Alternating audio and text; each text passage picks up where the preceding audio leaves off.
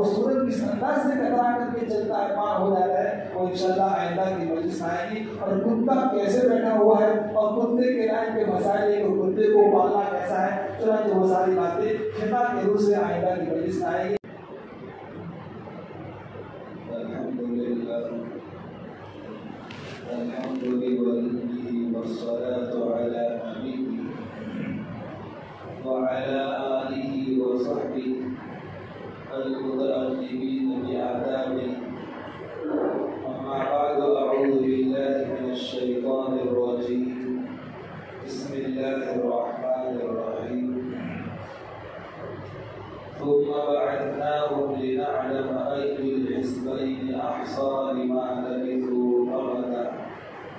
نحن نقص عليك نبأهم بالحق إنهم فتية آمنوا بربهم وزدناهم هدى.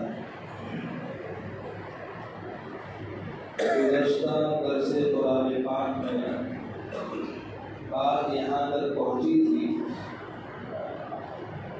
کہ اصحاب کہف کے چند نوجوان اولیاء اللہ تبارک و تعالیٰ کے خاص بندے، ان لوگوں نے اللہ تعالیٰ کی بارگاہ میں ایک بڑی جامع معنی دعا کی تھی. کیا دعا کی تھی؟ ربنا آتنا من لدنک رحمۃ وہیئ لنا من امرنا رشدا. اے ہمارے رب، ہمیں رحمت سے مالا مال کیجیے اور ہمارے کام میں درستگی عطا فرمائیے. تو دوستو، یہ دعا بڑی جامع معنی دعا ہے، بڑی عجیب دعا ہے. اللہ تعالیٰ نے ان کی دعا کو قبول بھی کیا. تو ہمیں بھی چاہیے کہ اس دعا کو یاد کر کے اپنی دعاؤں میں اس کو مانگنا چاہیے. اللہ تعالیٰ ہمیں اس کی توفیق عطا فرمائے. اب یہاں سے باقاعدہ اصحاب کہف کا قصہ شروع ہو رہا ہے کہ اللہ تبارک و تعالیٰ نے ان 7 قسم کے نوجوانوں کو 300 سال یا 309 سال سلایا اور پھر اس کے بعد کافی عرصے کے بعد 309 سال کے بعد بیدار کیا، جگایا. کیوں؟ تاکہ ہم جان لے کہ دونوں جماعتوں میں سے کون سی جماعت نے ان کے رہنے کی مدت کو اچھی طرح جانا. دوستو، یہ دو نوجوان تھے، 7 قسم کے. کون تھے وہ؟ شہزادے تھے، بادشاہ کے لڑکے تھے. ظاہر بات ہے کہ بادشاہ کے جب لڑکے ہو تو بادشاہوں کے پاس تو کسی چیز کی کمی نہیں ہوا کرتی تھی، بلکہ ہر طرح کی سہولیات انہیں میسر تھی. ان کا جو لباس تھا وہ بھی شاہی لباس تھا. سونے، چاندی اور جواہرات کے کڑے وغیرہ پہنا کرتے تھے، انگوٹھیاں اس قسم کی پہنا کرتے تھے، کیونکہ ہر طرح کی نعمتیں ان کے پاس موجود تھی. اسی لیے فرمایا کہ جب اللہ تعالیٰ مال دے تو اچھی چیزیں آپ استعمال کر سکتے ہیں تاکہ اللہ کی اس نعمت کا ہم اظہار کریں کہ اللہ تبارک و تعالیٰ نے الحمدللہ ہمیں ان نعمتوں سے نوازا ہے، اس کی نعمتوں کا اظہار کریں. تو یہ لوگ بھی ہر طرح کی نعمتیں، ہر طرح کا ٹھاٹ، ہر طرح کی سہولت ان کو میسر تھی. لیکن اللہ تبارک و تعالیٰ نے ان لوگوں کے دلوں میں اپنی محبت اور ایمان کی ایک چاشنی ان کو عطا فرمائی تھی، جس کی وجہ سے ان کا دل ہر وقت ایمان کی طرف، اللہ کی یاد کی طرف لگا رہتا تھا. اب ماحول تھا بڑا بت پرستی کا، مورتی پوجا کا. اور ان کے زمانے کا جو بادشاہ تھا اس کا نام تھا دقیانوس. تو دقیانوس بادشاہ بھی بڑا ظالم اور جابر تھا. ہر طرح کے لوگوں کو بت پرستی کی دعوت دیتا مورتیوں کی پوجا کی طرف لوگوں کو آمادہ کرتا تھا، اور جو کوئی بھی بت پرستی کی طرف نہ آتا تو اس پر ظلم و زیادتی کرتا تھا، سختی کیا کرتا تھا۔ تو ان کو پتہ چلا اور اللہ تبارک و تعالیٰ نے ان کے دلوں میں بات ڈالی کیا کہ ہماری جو قوم ہے یہ کیسی چیزوں کی پوجا کرتی ہے اور جن کو معبود بنا رکھا ہے، کہاں کے لکڑی کا معبود، پتھر کا معبود، مختلف دھاتوں کا معبود بنا کر کے ان کی پوجا کرتے ہیں، ان کے سامنے سجدہ کرتے ہیں، حالانکہ خود ان لوگوں نے اپنے ہاتھوں سے بنایا ہے۔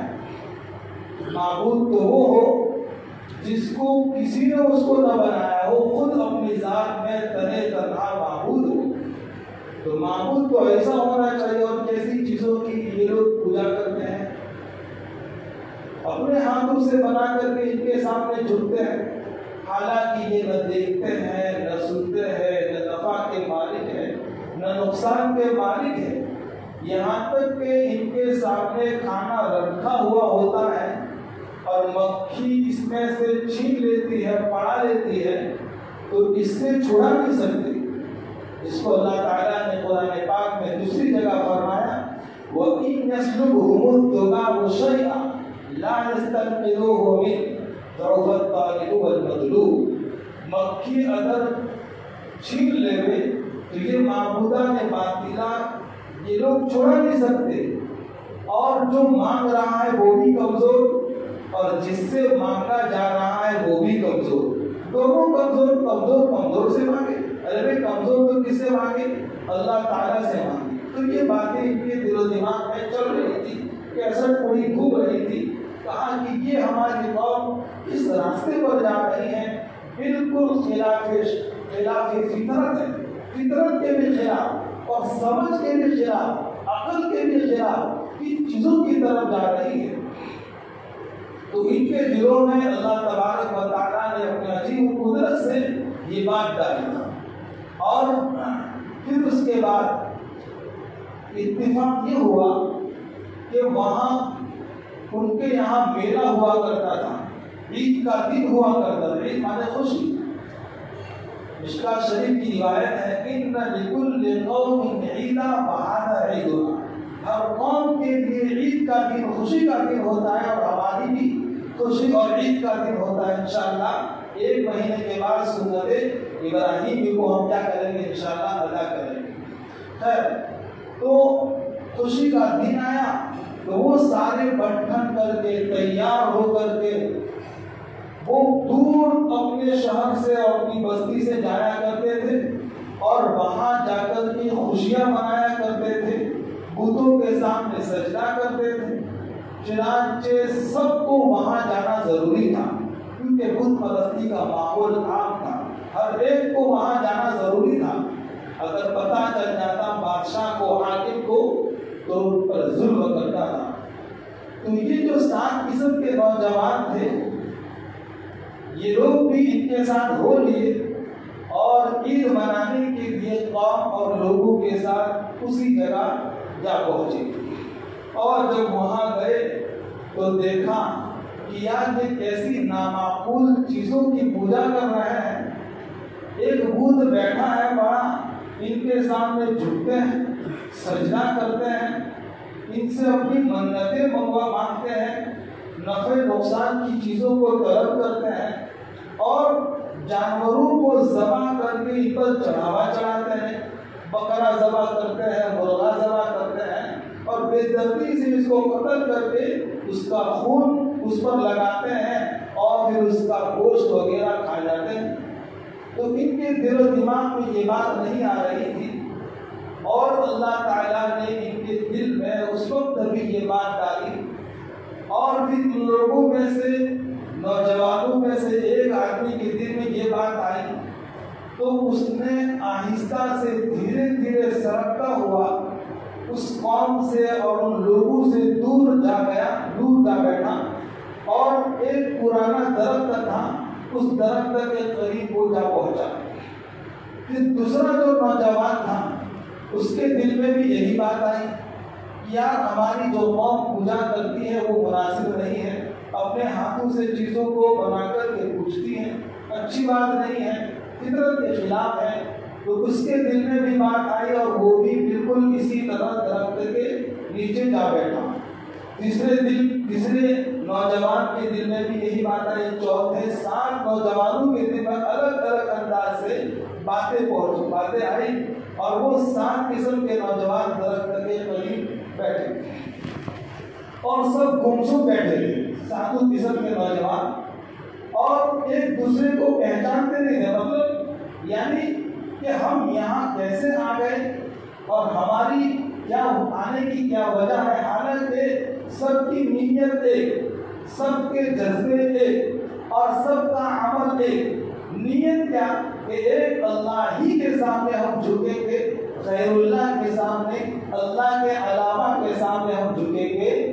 جذبہ کیا کہ بھئی قوم سے بت پرستی سے نکل گئے ہیں, یہ گندا ماحول ہے, شرک اور کفر والا ماحول ہے, اب ہم ایسے ماحول میں رہنے والے نہیں ہیں.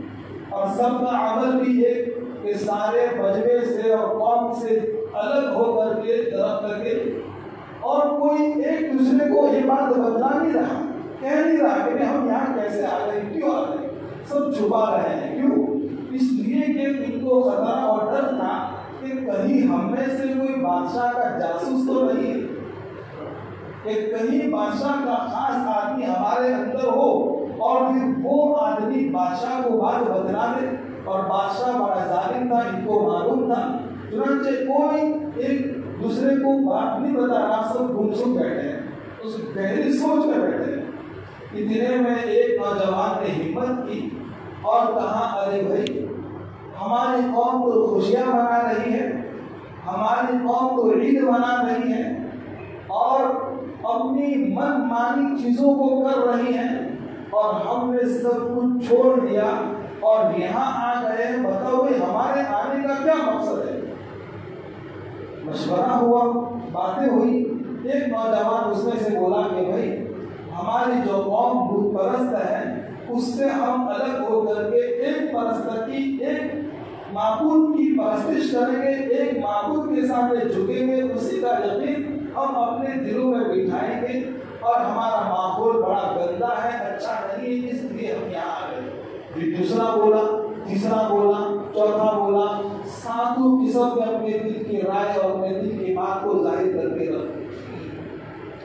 چنانچہ 7 نوجوانوں کے دل میں ایک طرح کی بات آ گئی کہ ہم بت پرستی والے ماحول میں نہیں رہیں گے. انشاءاللہ ایک پرست کی کیا کریں گے, پرستش کریں گے, پوجا کریں گے, عبادت کریں گے.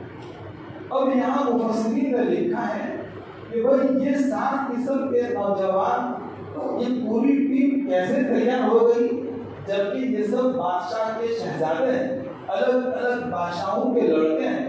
تو یہ اتفاق کیسا ہو گیا کہ سب جمع ہو گئے.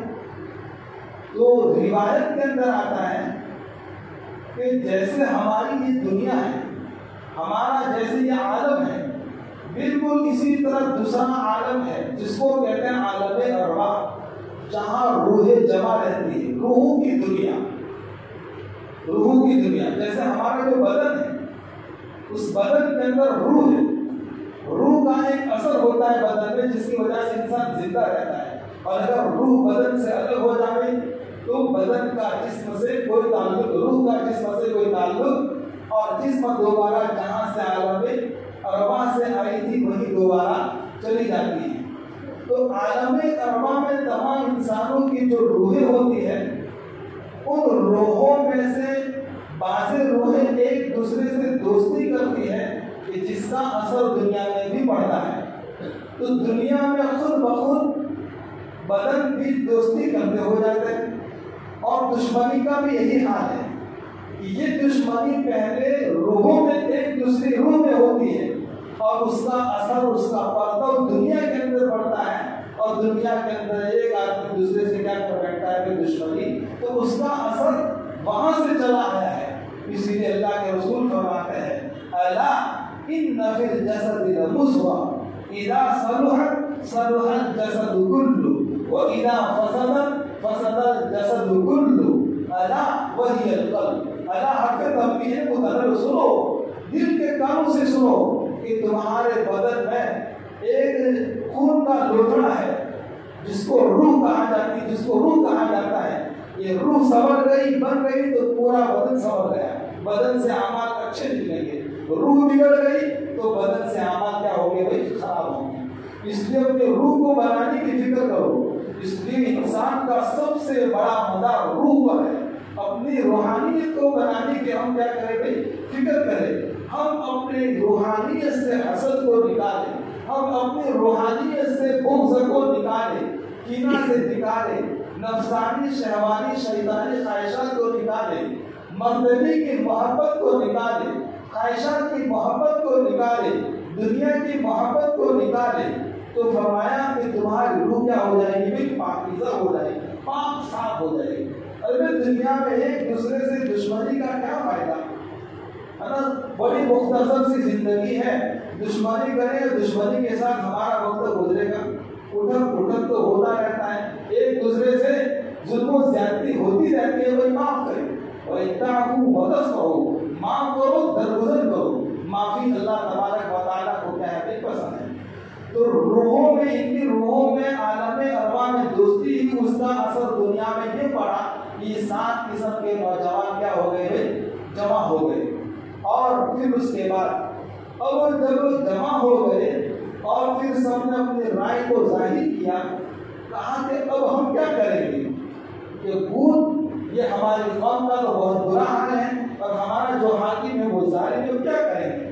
تو بھی ساتھی نے کہا کہ اب ہم عید کے بعد جب لوگ اپنے گھروں میں اور اپنے محلوں میں واپس جائیں گے تو ہم بھی دوبارہ اپنے علاقے میں اپنی بستی میں جائیں گے اور جا کر کے ایک عبادت گاہ بنائیں گے, ایک مرکز بنائیں گے اور وہاں رہ کر کے ہم ایک اللہ کی بندگی کریں گے, دین کا کام کریں گے اور لوگوں کو بھی ہم دین کی باتیں سمجھائیں گے. رائے مشورہ ہوا اور سب نے کہا کہ ہاں یہ ٹھیک ہے.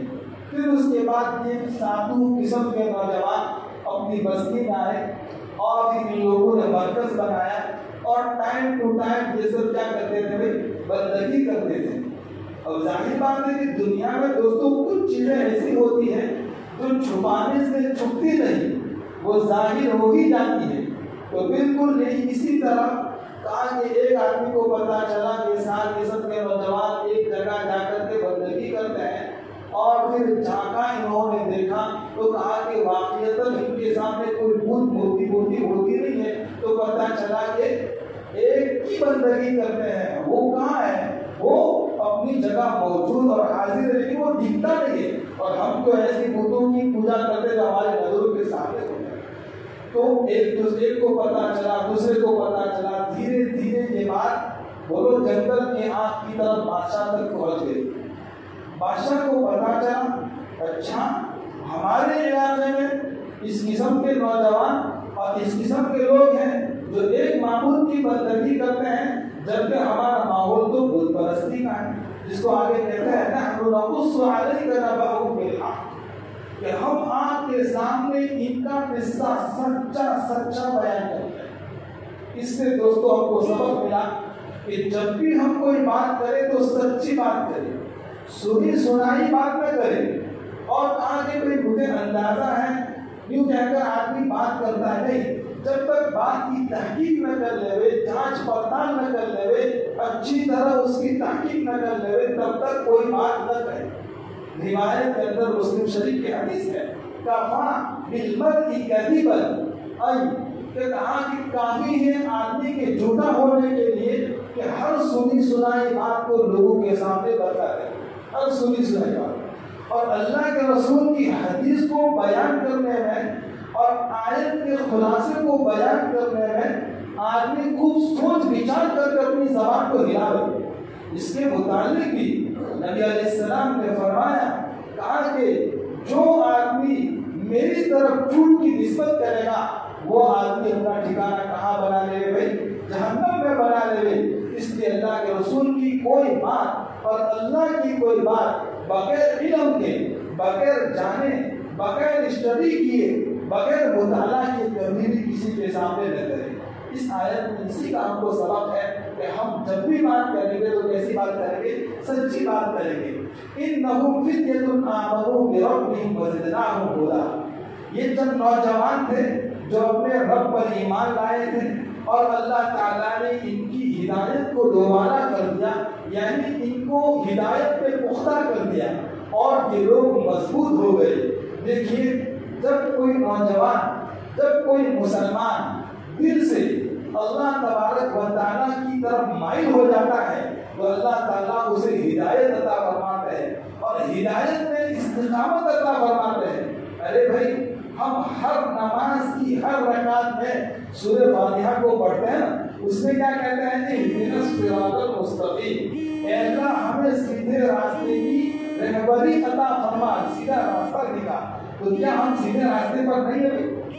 بالکل سیدھے راستے پر تب بھی ماننا جا رہا ہے اور روزانہ ماننا ہے، ہر نماز کی ہر رکعت میں ماننا ہے، موت تک ماننا ہے. تو کیا وجہ ہے؟ ہدایت پر تو ہے اور ہدایت ماننے کو کہا گیا.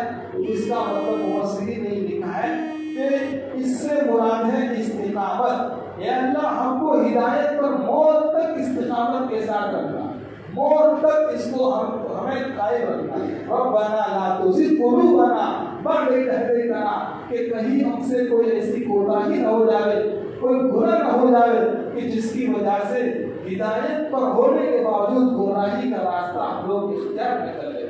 اس لیے فرمایا کہ اللہ تبارک و تعالیٰ سے کیا مانگے بھائی؟ استقامت مانگے. تو یہ نوجوان چڑھتا خون تھا، گرم خون تھا، چڑھتی جوانی تھی. وہ گناہوں کے اڈوں پر جانا چاہتے تو جا سکتے تھے اور ہر طرح کی چیزیں استعمال کر سکتے تھے حرام کی، لیکن اللہ تعالیٰ نے ان کے دلوں میں ایمان کی حلاوت ڈالی تھی. پتا چلا کہ جو ایمان والا مومن نوجوان نیکی کے راہوں پر آتا ہے تو اللہ تعالیٰ بھی کیا کرتا ہے؟ اس کی مدد کرتا ہے. اس لیے فرمایا کہا کہ اللہ نے ان کی ہدایت میں مزید پختگی عطا فرمائی. آگے فرماتے ہیں وَرَبَطْنَا عَلَىٰ قُلُوبِهِمْ إِذْ قَالُوا. چنانچہ بادشاہ کو پتا چلا تو دقیانوس بادشاہ نے پولیس کو کہا کہ یہ جو 7 قسم کے نوجوانوں نے مرکز بنایا ہے، عبادت خانہ بنایا ہے، تو وہ سارے کے ان سب کو پکڑ کر کے میرے دربار میں حاضر کرو. چنانچہ سب کو لایا گیا اور پھر اس کے بعد یہ کھڑے ہو گئے اور کھڑے ہو کر کے بالکل بے باکی سے، بغیر ڈرے، بغیر ہمت ہارے، ان لوگوں نے بابا کے دوہر کہا. کیا کہا؟ اے بادشاہ سلامت، تم جن چیزوں کی پوجا کی طرف ہمیں بلاتے ہو، قوم جاتی ہو تو جائے، لیکن ہم ایمان سے کبھی بھی رشتہ توڑنے والے نہیں ہیں. ایک معبود ہی کی بندگی کریں گے، ایک ہی کے سامنے جھکیں گے. ان کو تو تم نے اپنے ہاتھوں سے بنایا ہے اور قوم نے ہمارے ہاتھوں سے اپنے ہاتھوں سے بنایا ہے. ہم نے اپنے آنکھوں سے دیکھا کہ خود بناتے ہیں اور پھر اس کی پوجا کرتے ہیں. معبود تو وہ ہو جس کو کسی نے بنایا نہ ہو. معبود اس معبود کی ہم بندگی کریں گے جو آسمانوں کا بھی رب ہے، جو زمینوں کا بھی رب ہے، جو سورج کا بھی رب ہے، چاند کا بھی رب ہے، ستاروں کا بھی رب ہے، کہکشانوں کا بھی رب ہے، سمندروں کا بھی رب ہے، پہاڑوں کا بھی رب ہے، زمین کی معدنیات، زمین کی کانوں کا رب ہے، آسمانوں میں جتنی مخلوقات ہیں، فرشتے، عرش، ساری چیزوں کا ایک ہی معبود ہے.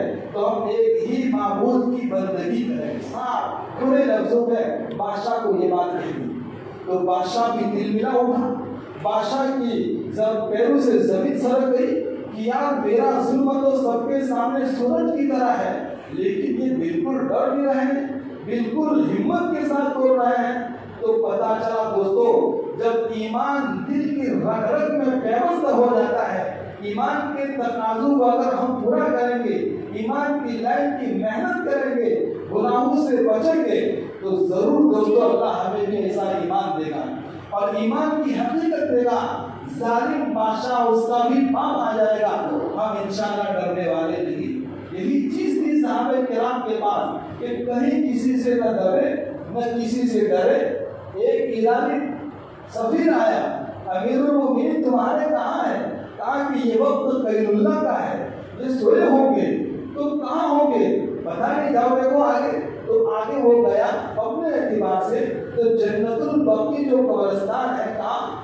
مدینہ المنورہ کے اندر، وہاں ایک طرف سوئے ہوئے تھے اینٹ کا تکیہ بنائے ہوئے، وہ پہنچا اور کھرراٹوں کے ساتھ سو رہے تھے۔ تو وہ ایرانی سفیر کہنے لگا میں بڑے بڑے حاکموں اور بادشاہوں کے پاس گیا، کبھی کسی سے نہ ڈرا نہ ہچکچایا، اور یہ کیسا مسلمانوں کا امیر اور بادشاہ ہے، نہ ہٹو بچوں کا کوئی شور ہے، نہ کوئی گارڈ ہے، نہ کوئی پولیس ہے، کوئی نہیں ہے، بالکل خالی ہاتھ اور کیسے کھرراٹے، حالانکہ بادشاہ ہے۔ تو اس نے کہا کہ اگر میرے ساتھ بدر ہوتے تب بھی میں کام تھا، لیکن کیا بات ہے؟ تو یہ دوستوں تقویٰ ہے، کیا ہے بھائی؟ تقویٰ ہے، یہ ایمان ہے۔ اللہ کے رسول کی صحبت میں رہ کر کے صحابہ کرام نے وہ چیزیں سیکھی تھی۔ دوستوں ایسے زمانے بھی ایسی مجلسوں میں آ کر کے ہم اس کو سیکھیں گے انشاءاللہ، اور اللہ کے راستے میں نقو و حرکت کی محنت سے ہم انشاءاللہ اس کو سیکھیں گے۔ بزرگوں کی صحبت میں جا کر کے ایمان کی حقیقت کو ہم جانیں گے، اور صحبت کے ذریعے بھی بہت سارا فائدہ ہوتا ہے۔ چنانچہ فرمایا کہ ان نوجوانوں نے کھلے لفظوں میں ساری بات کہہ دی کہ ہم تو آسمان اور زمین کا جو پروردگار ہے اسی کے سامنے جھکیں گے۔ لن ندعو من دونہ الہا، کہ اس کے علاوہ کسی کو بھی ہم معبود نہیں بنائیں گے، معبود نہیں سمجھیں گے۔ لقد قلنا اذا شططا، اگر ہم نے دوسروں کو، پتھروں کو، لکڑی کے اور ان معبودوں کو ہم نے معبود سمجھا، ان کی پوجا کی، تب تو ہم نے بیجا بات کی اور ہم نے اپنی ذات کو نقصان کر دیا۔ یہ ہمارے لیے مناسب ہی نہیں ہے۔ ہاں اولئک قوم اتخذوا من دونہ آلہۃ، ان نوجوانوں نے کہا کہ دیکھو بادشاہ سلامت یہ ہے ہماری قوم، یہ جن لوگوں نے اللہ کے علاوہ کو معبود بنا رکھا ہے، صاف لفظوں میں بادشاہ کے سامنے کہتے ہیں۔ چنانچہ بادشاہ نے پہلے تو کہا کہ دیکھو تم سب نوجوان ہو، تم لوگ ہوش میں نہیں ہو، اور تم لوگ بالکل باہر ہو چکے ہو سمجھ سے، اس لیے میں تم کو مہلت دیتا ہوں۔ بادشاہ نے حکمت اختیار کی اور کہا کہ جاؤ مشورہ کرو اور تم کو دوبارہ ان معبودوں کی طرف آنا ہوگا۔ چنانچہ پہلی ان پر آزمائش اور امتحان یہ آیا کہ بادشاہ نے ان کا جو شاہی لباس پہنا ہوا تھا اس کو اتروایا اور ان کو ٹاٹ کے کپڑے پہنا دیے، پھٹے پرانے کپڑے پہنا دیے۔ تو ان نوجوانوں نے دوستوں کیا کہا، اے بادشاہ سلامت، ہماری ہر چیز کو تو چھین سکتا ہے، لے سکتا ہے، لیکن ہمارے رگوں میں جو ایمان پیوست ہے اس سے تو سودا نہیں کر سکتا ہے، اس کو تو نکال نہیں سکتا ہے۔ ہم ایمان پر کل بھی تھے، آج بھی ہیں، اور موت تک ہم انشاءاللہ ایمان پر رہیں گے۔ تو نے ہمارا شاہی لباس اتارا، کوئی بات نہیں ہے، کوئی پرواہ نہیں ہے۔ دوستو دیکھیے پتا چلا کہ ایمان ہی سب کچھ ہے، ایمان ہی کیا ہے؟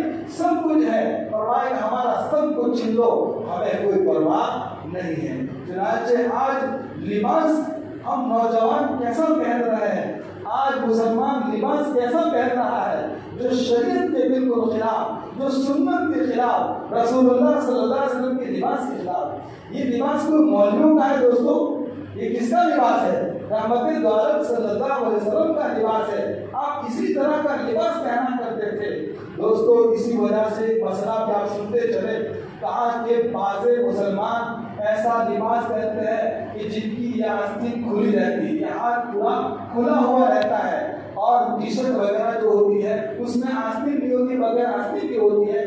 تو اسی حالت میں جو مسلمان نماز پڑھے گا تو اس کی نماز مکروہ تحریمی ہوگی، حرام کے قریب ہوگی۔ اور بعض فقہا نے کہا کہ اگر اس نے اس ٹی شرٹ کے اندر نماز پڑھی ہے تو اس کو نماز پھر سے دوبارہ دہرانی پڑے گی۔ بعض فقہا نے یہاں تک کہا ہے کہ اس کو دوبارہ نماز پڑھنی پڑے گی، اس کی نماز ہوگی ہی نہیں۔ 15-20 منٹ کا وقت ہم نے فارغ کیا اور ہماری نماز دوستوں صحیح ہو۔ یہودی لوگ اپنی عبادت گاہوں میں جاتے ہیں، عیسائی لوگ اپنی عبادت کا چرچ میں جاتے ہیں، ہندو لوگ جاتے ہیں، تو کیا ان میں سے کسی نے ہمارا لباس پہنا؟ ہمارا لباس پہن کر کے وہ جاتے ہیں؟ بولو۔ اور ہم کیسے بے وقوف لوگ کہ ان کا لباس پہن کر کے اللہ کے دربار میں آتے ہیں، ان کی چیزیں پہن کر کے ہم اپنے اللہ کے دربار ہو نہیں جاتے ہمارا پہن کر کے، اور ہم اتنے نالائق بے وقوف کہا کہ ان کا لباس پہن کر کے اللہ کے دربار میں آتے ہیں۔ اس لیے دوستوں نیت کریں، ارادہ کریں کہ ہم کیسا لباس پہنیں گے، انشاءاللہ سنتی لباس پہنیں گے، شرعی لباس پہنیں گے، جو نبیوں والا لباس ہے۔ چنانچہ ان لوگوں نے کہا کہ ہمیں کوئی پرواہ نہیں ہے، ہم تو ایک معبود کی بندگی کریں گے۔ لولا یأتون علیہم بسلطان بین، کہا کہ اگر تم اپنی بات میں سچے ہو تو کوئی دلیل لاؤ، اس کا کوئی ثبوت لاؤ۔ اللہ کے ایک ہونے کی تو لاکھوں دلیل ہے، نہ ختم ہونے والی دلیل ہے، لیکن تم معبود کی پوجا جو پتھروں سے بنے ہوئے ہیں، اس کی کوئی سند لاؤ، اس کا کوئی ثبوت لاؤ کہ کہیں یہ بات حقیقت ہے، یہ بات سچی ہے، لے کر کے آؤ۔ کہاں سے لائیں گے؟ حقیقت ہے ہی، اس کا کہیں ثبوت ہی نہیں۔ اور اللہ تبارک و تعالیٰ کے ہونے کی تو لاکھوں دلیل ہے۔ جب زمین میں ایک دانہ ڈالتے ہیں اور پھر پانی کی سینچائی کرتے ہیں تو وہ دانہ پھوٹ کر کے ایک اوپر سے نکلتی ہے، اور پھر اس کے بعد پتیاں نکلتی ہیں، ایک نکلتی ہے، وہ بھی زبان حال سے وہ پتی کیا کہتی ہے؟ بولو، ایک ہی ہمارا معبود ہے لوگوں، تمہارا معبود ایک دو نہیں ہے، تین نہیں ہے، بلکہ تمہارا معبود بھی ایک ہے، ہمارا معبود بھی ایک اور تمہارا معبود بھی ایک۔ لیکن ہم نے کن کن چیزوں کو معبود بنا رکھا ہے نا؟ اس لیے ارادہ کرے کہ ہم نفسانی خواہشات کو بھی معبود بنا رکھا ہے۔ نفس جو کہتا ہے وہی کرتے ہیں، نہیں، نفس کا الٹا کریں گے، نفس جو کہتا ہے اس کے برعکس سے کریں گے۔ نفس کہتا ہے بدنظری کا اچھا موقع ہے تو کہا کہ بدنظری نہیں کریں گے۔ نفس کہتا ہے کہ جھوٹ بولو فائدہ ہوگا تو کہا کہ جھوٹ بھی بولے، اس کا الٹا کریں گے، تو انشاءاللہ ہماری نفس ہمیں ایمان کی طاقت اور ایمان کی حلاوت آئے گی۔ فمن اظلم ممن افترى على الله كذبا، اس سے بڑا کون ظالم ہو سکتا ہے کہ جو اللہ تعالیٰ کو جھوٹ باندھے، اللہ تعالیٰ کی طرف جھوٹ کی نسبت کرے۔ اللہ تو ایک ہے، ایک کے علاوہ دوسرا اللہ نہیں ہے، اور ایک کے علاوہ دوسرا کوئی معبود نہیں ہے۔ چنانچہ وہ ساری تقریر اور ساری بات بادشاہ کے سامنے رکھ دی، اور پھر اس کے بعد بادشاہ نے فیصلہ بھی کیا، اب ان کا مرڈر کر ڈالا ہے، ان کو قتل کر ڈالا ہے۔ لیکن ان لوگوں نے کہا کہ اب ہمارے لیے مناسب یہی ہے کہ ہم اس جگہ کو چھوڑ دیتے ہیں، ایک گناہوں والا ماحول ہے اور شرک والی دنیا ہے، اب یہاں سے نکل کر کے کسی اور جگہ چلے جاتے ہیں، کیونکہ ہمارا سب سے قیمتی سرمایہ وہ کیا ہے بھائی؟ ایمان ہے، ہمارا ایمان محفوظ رہنا چاہیے۔ تو دوستو ایمان کی نسبت پر اپنے ماں باپ کو چھوڑ دے رہے ہیں، اور ایمان کی نسبت پر اپنے پورے معاشرے کو چھوڑ رہے ہیں، ایمان کی نسبت پر یہ اپنی ساری چیزوں کو چھوڑ رہے ہیں، اپنی جائیداد کو لات مار رہے ہیں۔ ہمیں اس میں سے کسی چیز کی ضرورت نہیں ہے، اگر ضرورت ہے تو ہمیں ہمارے ایمان کی ضرورت ہے، ہمارا ایمان سلامت رہنا چاہیے۔ اگر یہ ظالم اگر ہم کو پکڑ لیں گے اور اگر نامعلوم شرکیہ کلمات بلوائیں گے تو ہم ایمان سے ہاتھ دھو بیٹھیں گے، بغیر ایمان سے جائیں گے، اور ہمیشہ کی جو دنیا ہے، ہمیشہ کی جو آخرت ہے نہ ختم ہونے والی ہے، وہاں ہم ہمیشہ کے لیے کیا ہو جائیں گے بھائی؟ ناکام ہو جائیں گے۔ چنانچہ یہ سارے لوگ اپنی بستی سے اور اپنے علاقے سے نکلتے ہیں، اور پھر اس کے بعد ایک گھاٹ کے قریب جاتے ہیں، اور گھاٹ کے قریب جا کر کے انہوں نے جو دعا مانگی میں نے بتائی تھی وہ دعا مانگی، اور دعا مانگنے کے بعد یہ لوگ گھاٹ کے اندر چلے جاتے ہیں۔ تو دیکھیے اللہ تبارک و تعالیٰ نے ان ایمان پرستوں کی کیسی مدد فرمائی، تاکہ سورج کو خادم بنا دیا، کتے کو خادم بنا دیا۔ سورج کترا کر کے نکلتا ہے، وہ کیسے نکلتا ہے وہ انشاءاللہ اللہ کی مجلس میں وہ ساری باتیں آئیں گی۔ تاکہ سورج کی کرنیں دروازے کے منہ تک آتی ہے، گفا کے منہ تک آتی ہے، لیکن ان کے بدن تک پہنچتی نہیں ہے۔ وہ بڑا عجیب انداز سے اللہ تبارک و تعالیٰ نے کو 309 سال تک سلائے رکھا۔ پتا چلا کہ اگر ایمان کے پیچھے دوستوں محنت کریں گے، ایمان کے لائف کے تقاضوں کو پورا کریں گے، ایمان کے ساتھ ہی ہم دن رات گزاریں گے، تو فرمایا کہ اللہ تعالیٰ کی رحمت اور اللہ تعالیٰ کی مدد ہمارے ساتھ کیا ہو جائے گی دوستوں، شامل حال ہو جائے گی، اور وہ سورج کس انداز سے ٹکرا کر کے چلتا ہے، پار ہو جاتا ہے، وہ انشاءاللہ آئندہ کی مجلس آئے گی، اور کتا کیسے بیٹھا ہوا ہے اور کتے کے لائن کے مسائل کو کتے کو پالنا کیسا ہے، چنانچہ وہ ساری باتیں خطاب کے روح سے آئندہ کی مجلس آئے گی۔ اللہ تبارک و تعالیٰ ہم سب کو اس پر عمل کرنے کی توفیق عطا فرمائے، ایمان کی حقیقت ہمیں نصیب فرمائے، ان اصحاب نوجوان کی، اصحاب کہف کے نوجوانوں کی طرح ہمیں بھی اسی ایمان کی حلاوت اور ایمان کے لیے قربانی دینے کی ہم سب کو توفیق عطا فرمائے۔ وآخر دعوانا